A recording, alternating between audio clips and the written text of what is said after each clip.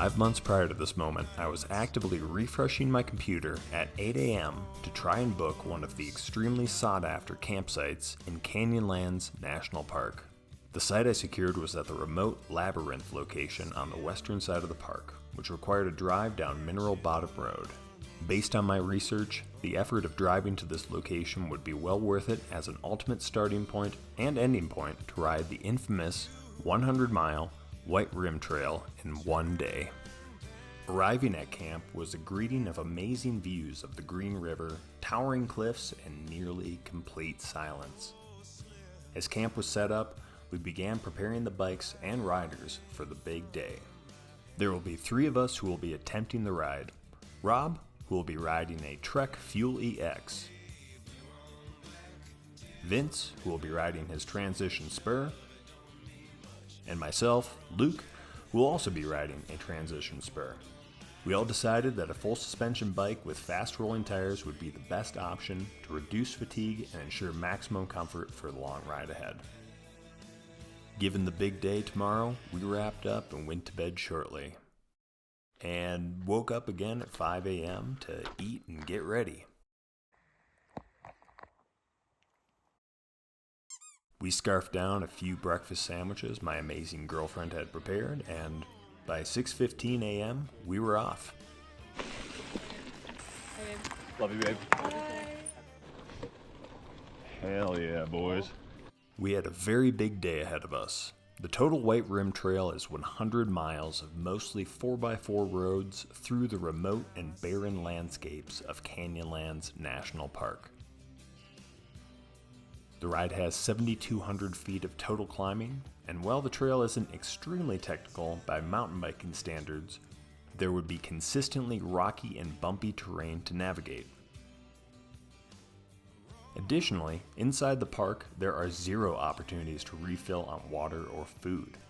Given this extreme challenge, most mountain bikers who attempt the trail will do it with vehicle support over a 2, 3, or 4-day period. Only a small group of crazy folks will decide to ride this trail in a day. At this point, we arrived at Mineral Bottom Road, which is the single largest climb of our entire ride. The road climbs about 1,000 feet in 1.5 miles while sustaining an average grade of about 10%. Leaving camp, we were very intentional about only carrying 2 liters of water each to keep our bikes as light as possible. The plan would be to then fill our water vessels with a total of 5 liters each when we got to the Island in the Sky Visitor Center 30 miles into the ride. Saving weight not only meant that we could move up the climb a bit faster, but also enjoy the climb a little bit more with the stunning views that sunrise provided us with.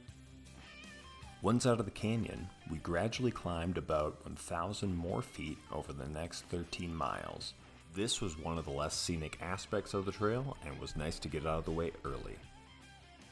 Right before 9 a.m., we hit the paved road that led into the park. We made quick work of the 8 or so miles to the visitor center and arrived there right around 9:30 to fill up our water bladders and take a quick break. After this stop, we briefly backtracked to get back on the White Rim Trail and begin the descent down Schaefer Road. This is quite the descent, dropping over 1,400 feet in just a few miles. The road itself is a narrow shelf that provides massive views of the canyon below. We stopped several times to enjoy the views, take photos, and tighten down our gear to make sure it didn't bounce off our bikes. Once at the bottom of Schaefer, the magnitude of the ride really sunk in. We still had 65 miles to go to complete the loop, and it had already been 4.5 hours since we had left.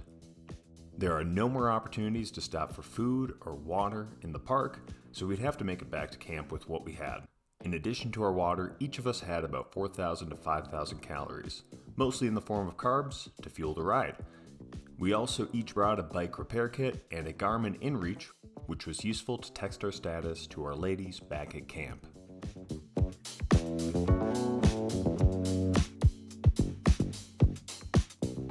While there were occasionally other people on the trail, we were generally alone and would be relying on only each other to get through this thing. Thankfully, the views in the park were spectacular and kept us motivated, and our legs still felt solid at this time. That said, it took us at least 2 more hours to travel 15 more miles to the halfway point of our ride. Vince had also broken a spoke at this time, so we took a quick break at a scenic point to gather our thoughts and prepare for the other half of the ride. We also all decided to take some caffeine at this time, which was helpful to push us through the next 17 miles of generally uphill riding. This also gave us additional focus to continue force-feeding ourselves carbohydrates to ensure we were fueled for the remaining biking.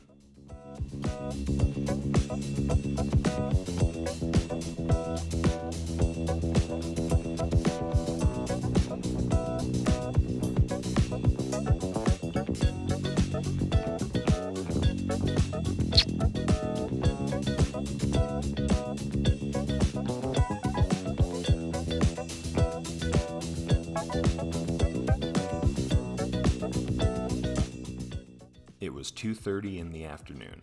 We had been in the desert for over 8 hours and had biked 67 miles and completed over 5,000 feet of climbing. The exciting thing is that most of the riding that was to come looked like it was downhill from this point. That is, except for 2 major climbs that we could see on the map, and we were approaching the first one. Murphy's Climb. 74 miles into our day, we had a very intense challenge ahead of us. This climb would cover about 500 feet over 1 mile and exceed grades of 20% at several points. As we neared the bottom of Murphy's, we all vowed that we would walk up instead of ride to conserve energy and avoid a spike in our heart rates that would lead to an inevitable bonk with lots of riding still ahead of us. And 30 seconds later, when I looked up as I was about to get off my bike, I noticed that Vince was still pedaling, and without thinking, I then decided that I would keep grinding up the hill as well. At the top, we both agreed that was a terrible idea. That was dumb. I should have pushed. Probably. But I saw you do it, so I was like, I have to do it too. Uh-oh, Raven circling overhead. No, you made the right choice.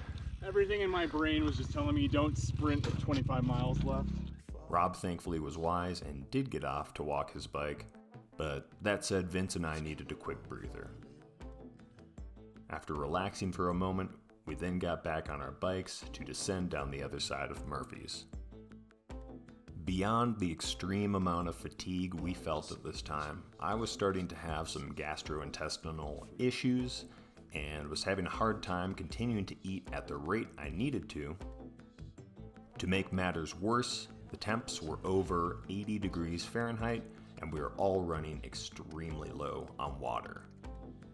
I personally only had 1 bottle left and would need to ration it wisely to get to the end. The amount we were talking went down significantly, and we just wanted to be done at this point. The views were still great, but after seeing unlimited amounts of canyons over the last 80 miles, we didn't feel the need to stop as much and take pictures. We were paying attention much less, and Vince and I put our heads down to keep on pedaling. The next 15 miles actually went quite fast as the climbing was behind us and the terrain was slightly downhill. Vince and I finally approached Hardscrabble, which was the last major climb of the day. Then we looked back and realized that Rob was not behind us. Shit, we should have been paying attention. We were worried we had messed up. Rob could have gotten a mechanical, and we might need to turn around to help support him. When we officially got to Hardscrabble, game time decision, we decided, okay, let's climb up part way and wait for Rob. Did you see him down there? No. We'll give it a little bit. If we have to, I can turn around. We were only hanging out for a few minutes when we saw him emerge from the distance. And thankfully, everything was fine. Rob was just pacing himself. He was very fatigued, low on water. Nothing too crazy for having biked over 90 miles at this point in time. So together, we pushed up the last stretch of hardscrabble, which exceeded grades of 20% for short periods of time. Given we were in the home stretch with less than 5 miles remaining, I gave it the beans and spent my remaining energy to get to the top.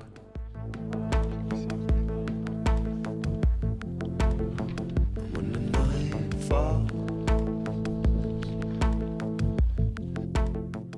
The next mile was a narrow shelf on the edge of a tall plateau, followed by a very rapid 400-foot descent on a steep, sandy segment.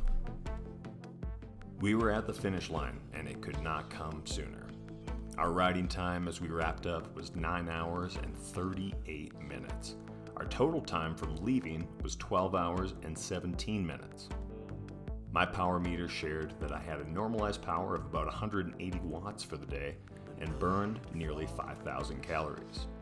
We climbed over 7,200 feet and biked a total of nearly 102 miles. The feeling of arriving at camp was surreal. Nice job, my man. Oh yeah, brother.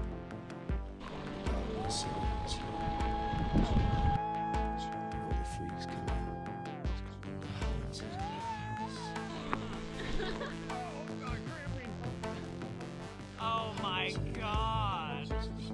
We were so fucking worried. And ride.